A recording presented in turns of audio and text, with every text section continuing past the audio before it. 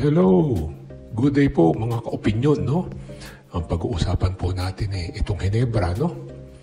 Siguro alam nyo naman, basta Hinebra talagang patok na patok yan. Lalo na pag finals, no?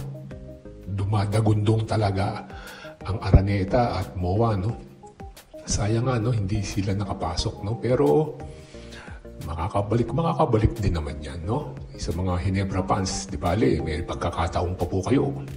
Kaya huwag mawawala ng pag-asa, no? Kaya itong Hinebra po talagang bumubuhay sa PBA, no? Basta Hinebra ang pumasok sa finals, bawing-bawit, sulit-sulit talaga ang PBA, no? Lalo na sila Scotty, sila Aguilar, yan. Sino pa ba? Marami pa.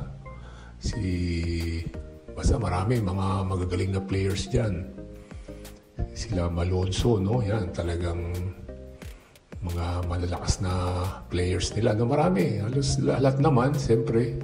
Pag di ka naman malakas, hindi ka rin naman kukunin ng Hinebra, no? Kaya itong Hinebra, pinagkakaanohan talaga to, no? Itong sa lahat ng team sa PBA, kasi identified siya kay Idol Robert Jaworski, no? Basta Hinebra talaga, identified siya kay Sonny Jaworski, no? Kasi siyempre dala-dala pa rin yan Dala-dala pa rin yung bagasaan Andyan pa rin yung Toyota Crispa, no?